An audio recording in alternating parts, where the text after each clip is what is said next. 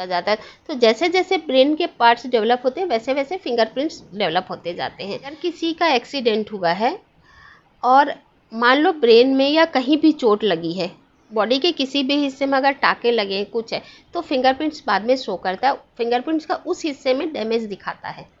Career choose के लिए तो बहुत बहुत बेस्ट है ये। कोई बच्चा ईगल पर्सनालिटी है, डोमिनेंट होगा, अब आप उसको सबऑर्डिनेट बना दो, किसी ऑफिस का स्टाफ बना दो, या कोई कंप्यूटर ऑपरेटर है, कोई बाबू है, तो बिल्कुल सर्वाइव नहीं कर पाएगा।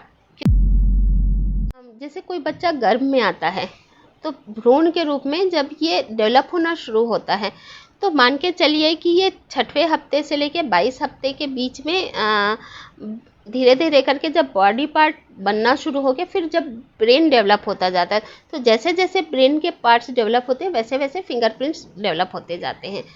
तो बच्चा गर्भ में जैसे बाहर निकलता है तो उसके जितने ब्रेन डेवलप होते हैं उतने ही फिंगरप्रिंट्स भी उसके डेवलप रहते हैं, और ये फिंगरप्रिंट फिर फुल लाइफ बदलते नहीं है कभी, और यूनिक भी होता है। यूनिक भी होता है। तो उससे एक ये मान सकते हैं ना अपन की, जैसे हर किसी का फिंगरप्रिंट अलग है, अलग है, तो उसका दिमाग भी अलग होगा। पर यह है कि अगर किसी का एक्सीडेंट हुआ है और मान लो ब्रेन में या कहीं भी चोट लगी है, बॉडी के किसी भी हिस्से में अगर टाके लगे कुछ है, तो फिंगरप्रिंट्स बाद में शो करता है। फिंगरप्रिंट्स का उस हिस्से में डैमेज दिखाता है। हाँ, मतलब वो चीज यहाँ तक भी हाँ, इम्पैक्ट डाल। हाँ, बाद में भी इम्पैक्ट डालता है कि अगर कहीं पर कुछ भी हो, मान लो आपने दांत की सर्जरी कराई है, ठीक है, तो आपके 3rd फिंगरप्रिंट में जो बोलते हैं रिंग फिंगर के, उसमें आ जाएगा। अगर ब्रेन में कहीं हुआ है, कान के आसपास कहीं हुआ है, तो आपको थंब में या 1st फिंगर में वो हिस्सा डैमेज दिखाता है। देख के पता चलता है कि हाँ, ये यहाँ पर इसके कोई सर्जरी हुई है या कोई टाका लगा है। इतना इफेक्ट करता है फिंगरप्रिंट। ये सुन के तो मतलब मैं कभी ऐसा सोचा नहीं था कि ये मैंने देखा है लाइव।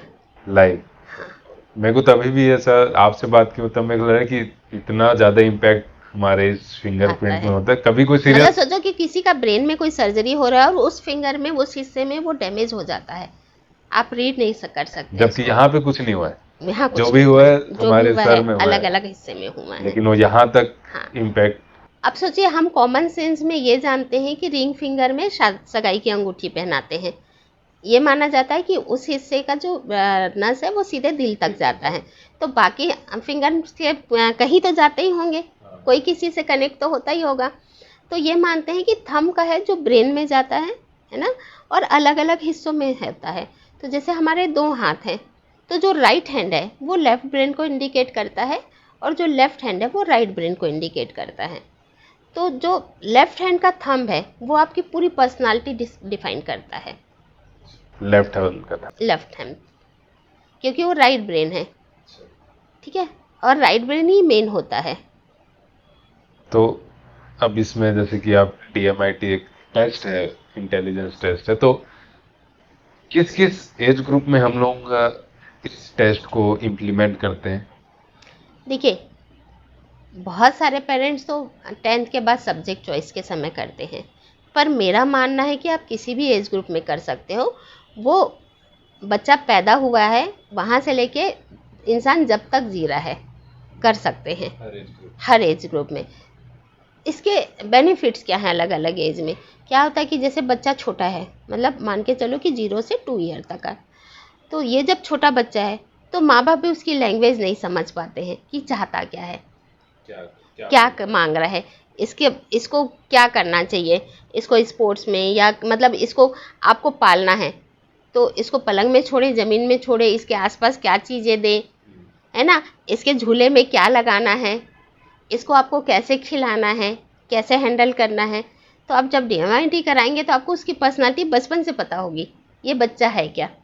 उसके बाद आप जब देखते हैं कि बच्चा 6 साल से 12 साल का है, तो इस समय भी बहुत ज़रूरी है, क्योंकि साइंस मानता है कि 6 साल से 12 साल के बीच में ही बच्चे का 90% ब्रेन डेवलप हो जाता है ना। तो जिस समय वो डेवलपिंग मोड में है, तो आपको अपने बच्चे का बिहेवियर पता करना होगा, है ना। तो उस बच्चे का नेचुरल गुण क्या है, उसके में क्या अच्छी चीज़ें हैं, क्या वो मैथमेटिक्स में बहुत अच्छा है, या क्या वो पेंटिंग अच्छा करता है, या म्यूज़िक करता है, या स्पोर्ट्स कर सकता है।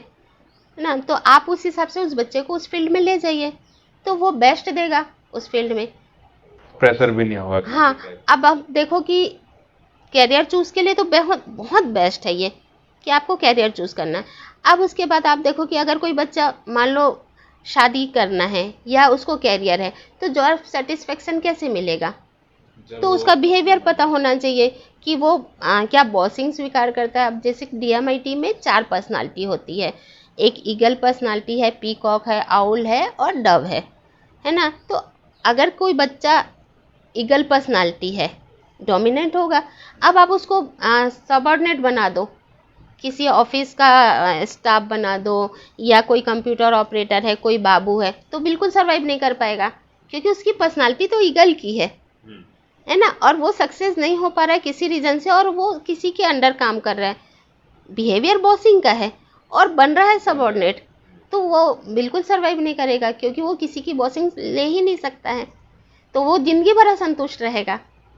क्योंकि उसको जो इनबिल्ट उसके अंदर हाँ, कैरेक्टर है वो उसमें है ही नहीं। और कई बार आप देखोगे कि जो बॉस बनता है वो बॉसिंग कर ही नहीं पाता है, तो पता चल रहा है कि वो तो पीकॉक है, या तो फिर डव पर्सनालिटी है।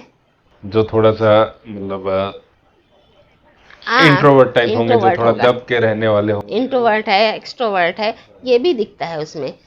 फिर आपके नेचर क्या है, आप में न्यूमेरिकल पावर ज़्यादा है, या आप जैसे कोई मान लो फोटोग्राफी में बहुत अच्छा है, तो उसका ये वाला गुण बहुत अच्छा है, उसको इमेजिंग अच्छा है, वो समझ सकता है कि किस व्यू में लेने से फ़ोटो अच्छा आएगा, क्या लाइट का कॉम्बिनेशन है, कलर पेंटिंग कर रहा है तो उसको कलर की समझ होगी। ये अलग अलग फिंगर से निकलते हैं।